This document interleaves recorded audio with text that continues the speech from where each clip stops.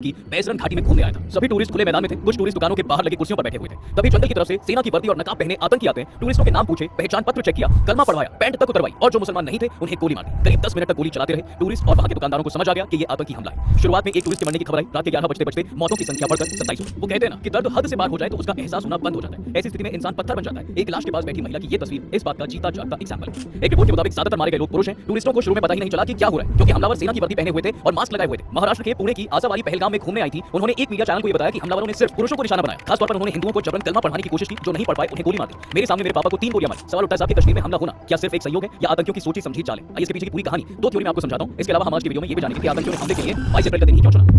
First of all आपको पता है कि अमेरिकी उपराष्ट्रपति भारत के दौरे पर है, तो ये आतंकी हमला हुआ है। इसी तरह 20 मार्च 2000 को उस समय के अमेरिकी राष्ट्रपति बिल क्लिंटन भारत आए थे, तो अनंतनाग जिले के 36 सिंहपोरा गांव में आतंकियों ने हमला कर दिया था। तब हमले में 35 सिख मारे गए थे। कश्मीर में ये पहली बार था कि आतंकियों ने सिखों को निशाना बनाया था। तो इसके पीछे की एक थ्योरी ये कहती है कि अमेरिकी उपराष्ट्रपति की यात्रा का एक सिक्योरिटी प्रोटोकॉल होता है। उनके आने से पहले ही 2 C-17 ग्लोब मास्टर प्लेन आ गए थे। अमेरिकी एजेंसियों ने डेरा जमा लिया, इंटेलिजेंस एक्टिवेट है। इसके बावजूद आतंकियों ने कश्मीर पर हमला करके ये संदेश देने की कोशिश की है कि हम कभी भी कुछ भी कर सकते हैं, और इससे अमेरिका की नजर में इंडिया की छवि खराब हो सकती है। और दूसरी थ्योरी का तार पीएम मोदी के सऊदी अरब से दौरे से जुड़ा हुआ है, और इसके साथ ही आतंकी संदेश देना चाहते हैं कि कश्मीर का मुद्दा मरा नहीं है। 22 अप्रैल को पीएम नरेंद्र मोदी सऊदी अरब के जेद्दा पहुंचे। 2 दिन का ये दौरा कई दिनों पहले से तय था। सऊदी अरब के दौरे में पीएम मोदी वहां के क्राउन प्रिंस से मुलाकात करने पहुंचे थे। दोनों नेताओं के बीच योग, मीडिया, मनोरंजन और खेल को लेकर एमओयू साइन होने की उम्मीद थी। ऐसे में सऊदी अरब के पुराने दोस्त, स्ट्रेटेजिक पार्टनर पाकिस्तान को पीएम मोदी का ये दौरा कहीं ना कहीं चुभ रहा था। थिंक टैंक्स नोवा इंस्टीट्यूट के डायरेक्टर और पाकिस्तानी एनालिस्ट कमर चीमा के अनुसार पीएम मोदी का सऊदी दौरा पाकिस्तान के लिए एक तरह का चैलेंज है। और खबर ये भी कि सऊदी अरब पाकिस्तानी भिखारियों के लिए नया नियम ला रहा है। वहीं भारत के पीएम मोदी अरबों डॉलर की डील करने जा रहे हैं। तो अब आतंकियों ने यही दिन क्यों चुना, इसकी वजह क्लियर हो चुकी है। यानी आतंकियों ने सऊदी अरब समेत मिडिल ईस्ट के मुस्लिम देशों और भारत सरकार को एक मैसेज देने की कोशिश की है कि कश्मीर का मुद्दा अभी खत्म नहीं हुआ है। Retired lieutenant general Sanjay Kulkarni कहते हैं कि ये आतंकी हमला टाइमिंग देखकर और सिस्टमैटिक मेथड से किया गया है। भारत के प्रधानमंत्री मोदी मिडिल ईस्ट गए हुए हैं। ऐसे में ये वारदात भारत को नीचा दिखाने के लिए ही की गई है। अब सवाल है कि आतंकियों ने हमले के लिए पहलगाम जगह क्यों चुना। तो बात यह है कि इस बार अमरनाथ यात्रा 62 दिनों की होने वाली है, जो 9 अगस्त को समाप्त होगी। हर साल होने वाली ये यात्रा हमेशा सिक्योरिटी के नजरिए से काफी सेंसिटिव है। इस यात्रा पर हमला होने का खतरा बना ही रहता है। इसके चलते जम्मू कश्मीर सिक्योरिटी और इंटेलिजेंस एजेंसियां चौकन्नी रहती हैं। तो इस बार जिस जगह हमला हुआ है उसी जगह से अमरनाथ यात्रा शुरू होती है। यानी पहलगाम के बेस कैंप से यात्रा शुरू होती है। करीब 36 किलोमीटर का सफर तय करने के बाद श्रद्धालु अमरनाथ पहुंचते हैं। ऐसे में पहलगाम में हमला कर आतंकियों ने अमरनाथ यात्रा के लिए धमकी भी दी है। वहीं इस हमले की एक कहानी ये भी है कि भारत ने चिनाब ब्रिज पर दुनिया का सबसे ऊंचा रेलवे ब्रिज तैयार कर लिया है। इससे अब श्रीनगर के लिए सीधी रेल कनेक्टिविटी पॉसिबल हो पाई है। 25 जनवरी को कटरा श्रीनगर रूट का सफर ट्रायल भी हुआ था। ट्रेन सुबह 8 बजे कटरा से रवाना हुई और 11 बजे श्रीनगर पहुंची। ट्रेन ने 160 किलोमीटर का सफर 3 घंटे में पूरा किया था। 19 अप्रैल 2025 को पीएम मोदी इसका उद्घाटन करने वाले थे। साथ ही कटरा यानी माता वैष्णो देवी पहुंचकर जम्मू कश्मीर वंदे भारत एक्सप्रेस ट्रेन को हरी झंडी भी दिखाने वाले थे। हालांकि किन्हीं वजहों से उन्होंने ये प्लान पोस्टपोन कर दिया। देश के बाकी हिस्सों से कश्मीर की ट्रेन कनेक्टिविटी होने से टूरिज्म तेजी से बढ़ने की उम्मीद भी है। तो आतंकियों के हमले के पीछे का मकसद बड़ा है। इसके पीछे एक पूरा साइकिल चेन है। यानी हमले का मेन एजेंडा है कश्मीर में टूरिज्म को रोकना,